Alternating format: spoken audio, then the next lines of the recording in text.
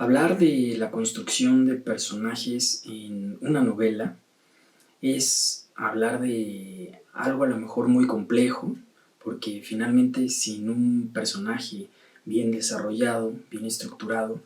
la novela se puede ir a pique por completo. Entonces es muy importante darle mucha importancia a la construcción de estos personajes previo al desarrollo de una novela. Sin embargo, hay muchos elementos que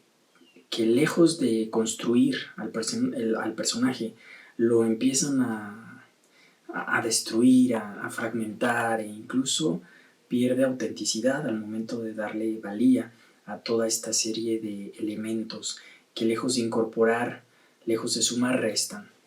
Y en este caso podríamos decir nuevamente que hay ciertos datos que ya no son tan necesarios, sobre todo por los tiempos literarios que estamos atravesando. En este caso podemos hablar de el desarrollo de personajes, en el que lo importante ya no es que el personaje tenga una descripción detallada de su físico, de su cabello, de la forma de su nariz, la forma de sus ojos, sus labios, cuánto medía, cuántos años vivió en un país, en qué lugar nació, en qué lugar murió, porque esto ya más bien parece una biografía o una ficha técnica de una persona, que en realidad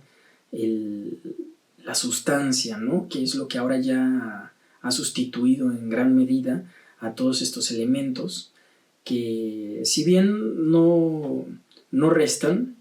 pero sí tal vez a veces tampoco suman, a veces solamente son distractores, ¿no? Tantos elementos descriptivos que no van a llevarnos a ningún fin dentro de la historia, pues no son sustanciales. Y esto no nada más ya está pasando en la literatura, sino también en otros medios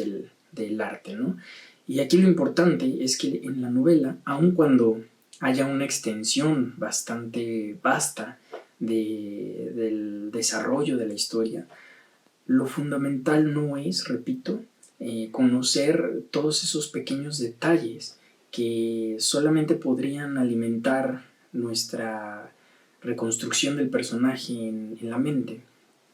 Más bien creo es importante que el lector ahora pueda sumar y pueda aportar su propia construcción de ese personaje. Entonces, mientras menos elementos físicos le incorporemos a nuestras descripciones, más posibilidades le estamos dando a una gran cantidad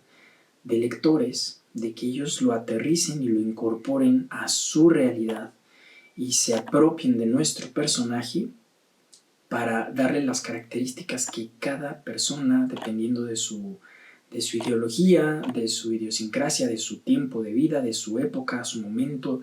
del país de origen,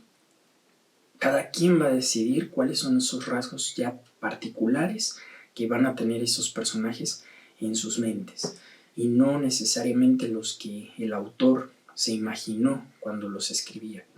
Entonces aquí es más importante darle fuerza a la personalidad, a los trastornos, a toda esa serie de elementos y situaciones que formaron al personaje, que hicieron que el personaje fuera lo que es y que no lo pueda transportar a otros rumbos. El personaje debe estar definido por sus creencias y por su forma de llevar la vida, por lo que lo formó de niño, los traumas, los errores, los aciertos en los que ha incurrido, que han marcado su vida y que han definido la línea que va a seguir ese personaje. Es como trazarle las líneas de las notas musicales para que este personaje deambule y transite sola y exclusivamente por ese rumbo, y en dado caso que llegara a romper la línea, que sea con una intención sobrada y que se entienda perfectamente que la intención del autor fue romper la estructura por completo y llevarnos a otros puntos inimaginables e inagotables de la imaginación con estas historias.